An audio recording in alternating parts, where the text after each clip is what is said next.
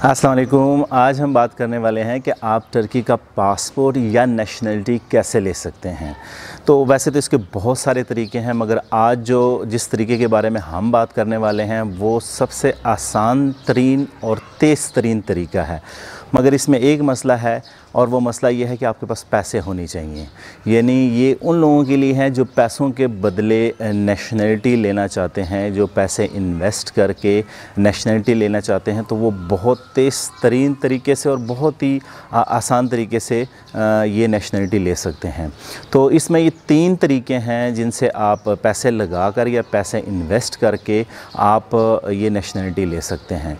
तो सबसे पहला जो तरीका है, जो कदरे सस्ता भी है बाकी 2 तरीक़ों से और फ़ायदेमंद भी है, वो है प्रॉपर्टी में इन्वेस्ट करके।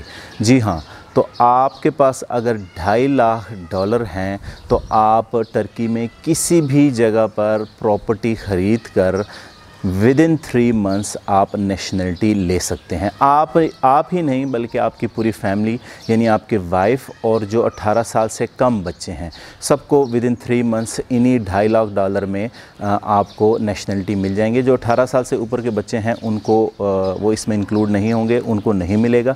अब इसका तरीक़ाकार इतना मुश्किल नहीं है, बहुत ही आसान तरीका है।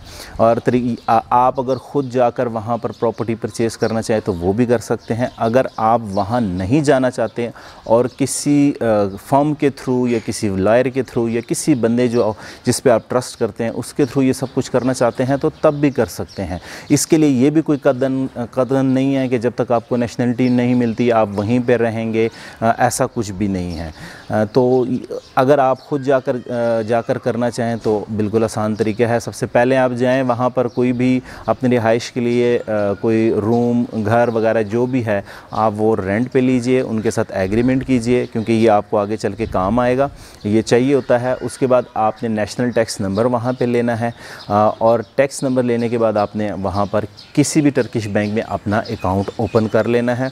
उसके लिए यही जो NTN वगैरह होता है वो चाहिए होता है, पासपोर्ट की कॉपी वगैरह, और आपका जो रेंट एग्रीमेंट होता है वो चाहिए होता है, आपका अकाउंट खुल जाता है। और उसके बाद आपने फिर प्रॉपर्टी देखनी होती है। प्रॉपर्टी आप देखते हैं, उसको परचेज़ करते हैं। अच्छा, प्रॉपर्टी आप एक भी $2.5 लाख की ख़रीद सकते हैं और मल्टीपल कहीं भी ख़रीद सकते हैं। ये ज़रूरी नहीं है कि आप एक ही ख़रीदें, बस उसकी कीमत $2.5 लाख के बराबर होनी चाहिए। अब होगा ये कि क्योंकि आपको उसकी वैल्यूएशन करवानी पड़ेगी, जो उनका एक इदारा होता है जो वहाँ पर वैल्यूएशन करता है, तो आपने इसका भी ख्याल रखना है। ये ना आप $2.5 लाख की लें, वो लोग वैल्यूएशन करें तो वो 2 लाख के करीब हो या $2.5 लाख से कम हो, तो आपने इस चीज़ का भी ख्याल रखना है। वो करवाएंगे आप परचेज़ कर लेंगे प्रॉपर्टी, और फिर अपने ही अकाउंट से, जो अकाउंट आपने ओपन किया हुआ है, जिससे ख़रीदा है, उसके अकाउंट में आप वो अमाउंट ट्रांसफ़र कर देंगे। ये करना ज़रूरी है, आप इन कैश नहीं कर सकते, तो अकाउंट के थ्रू ही करेंगे।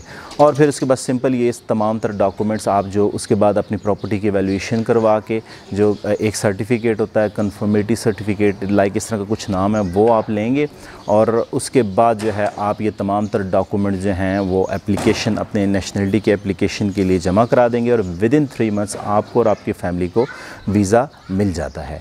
तो इसमें यह कि ये 3 मंथ्स के दौरान आपको, जब आप प्रॉपर्टी ले लेते हैं तो आप जो है वो रेजिडेंस परमिट आपको मिल जाता है, और वो फिर ऑटोमेटिकली उस पर आप वक्त गुजारते हैं। वो गुजारना चाहें तो गुजार सकते हैं, नहीं तो वापस भी आ सकते हैं, और फिर विदिन 3 मंथ आपकी नेशनलिटी कन्फर्म हो जाती है और आपको पासपोर्ट मिल जाते हैं। ये तो पहला और नहायत ही थोड़ा सा आसान भी कह सकते हैं और सस्ता है। ये बाकी जो 2 तरीके मैं बताऊंगा, क्योंकि बाकी के 2 तरीके जो हैं उसमें भी इन्वेस्टमेंट करनी है।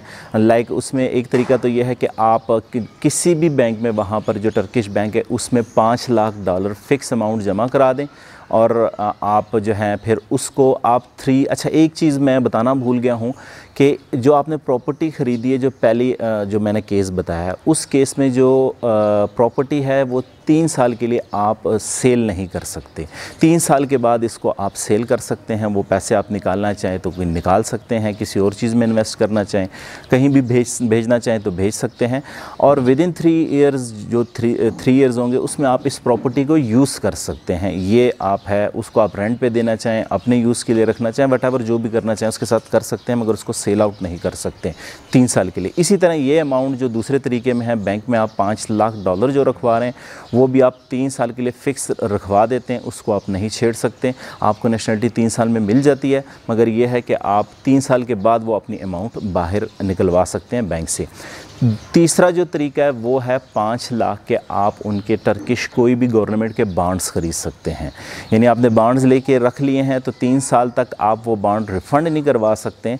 हाँ, ये कर सकते हैं, उन पे जो बेनिफिट्स वगैरह गवर्नमेंट की तरफ से मिलते हैं तो वो आपको मिलते रहेंगे, मगर ये कि वो आप कैश नहीं करवा सकते। 3 साल के बाद आप उसको कैश करवा सकते हैं। तो ये तो 3 तरीके थे जो इंतहाई तेज़ तरीन है, जो 3 महीनों में आपको मिल जाता है। यानी आप पैसे दें और नेशनलिटी लें, सिंपल सी वो बात है।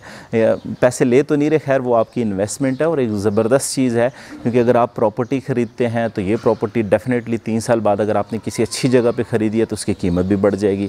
तो यानी आपका बिज़नेस का बिज़नेस हो जाता है। और दूसरा ये है कि आप को नेशनलिटी भी मिल जाती है। टर्किश पासपोर्ट की और नेशनलिटी को तो सबको ही पता है कि उसके क्या फ़ायदे हैं। उस पे तो कम से कम 115 ममालिक ऐसे हैं जिस पे वीज़े की ज़रूरत ही नहीं है, विदाउट वीज़ा आप जा सकते हैं। और बाकी जिन पे वीज़ों की ज़रूरत भी होती है वो भी बड़ी आसानी से आपको मिल जाते हैं। तो ये तरीके तो मैंने जिस तरह पहले बताया कि और भी बहुत सारे हैं। आप अगर इनसे कम उसमें ख़रीदते हैं, मतलब 50, 60, 70 लाख की अगर कोई प्रॉपर्टी वहाँ पर ख़रीदते हैं तो आप रेजिडेंस परमिट उस पर अप्लाई कर सकते हैं। फिर वो एक पूरा लॉन्ग प्रोसेस होता है, आप 5 साल, 10 साल, 8 साल लगते हैं। वो भी फिर आहिस्ता आहिस्ता आप करते करते उसको कन्वर्ट कर सकते हैं, मगर उस पर टाइम बहुत लगता है।